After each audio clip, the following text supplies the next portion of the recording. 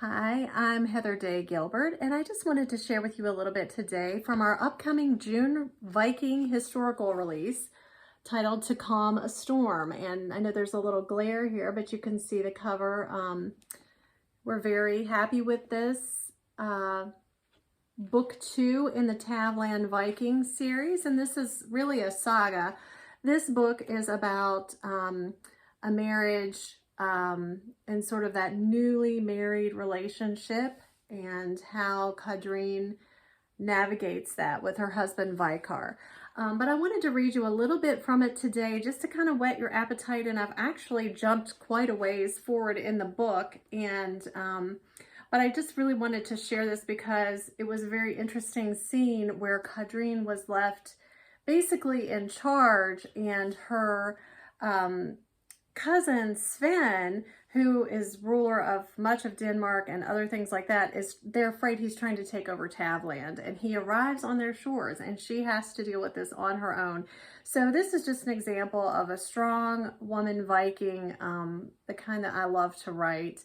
And you'll also see Inara in this, who was in book 1, To Love a Viking. So I'll just start here and read this to you just a little bit. She had always admired Sven. He had welcomed her family for an entire winter, regaling them with tales of his travels and using his easy wit to disarm her father's seriousness. She tended to forget that Sven ruled more people than were in the whole of Tavland.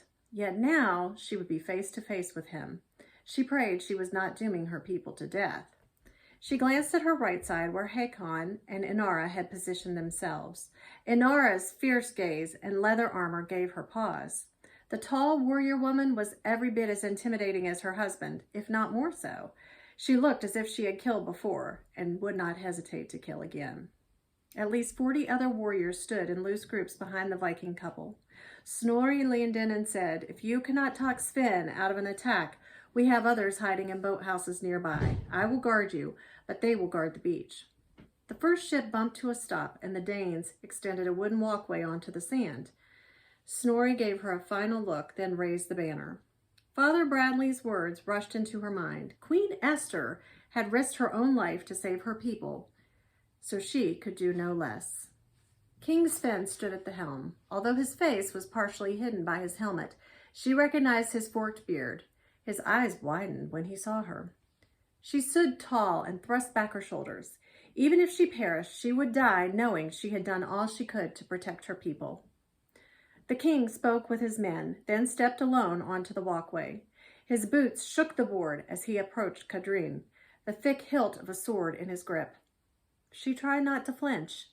She stepped forward, willing herself to smile. "Cousin, what a pleasure to have you come for a visit."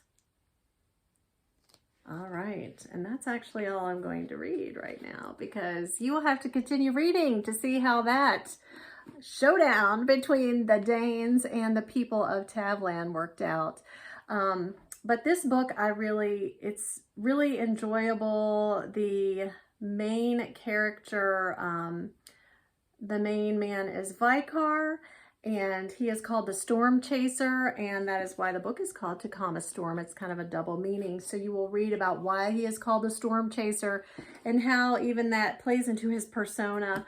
He is a redhead lead character, so all of you redhead fanatics like myself will be excited about that. And Cudmore is a very, I would say, strong-willed bride-to-be and eventual bride in this story. So I think you will enjoy it, and I hope you can pick it up.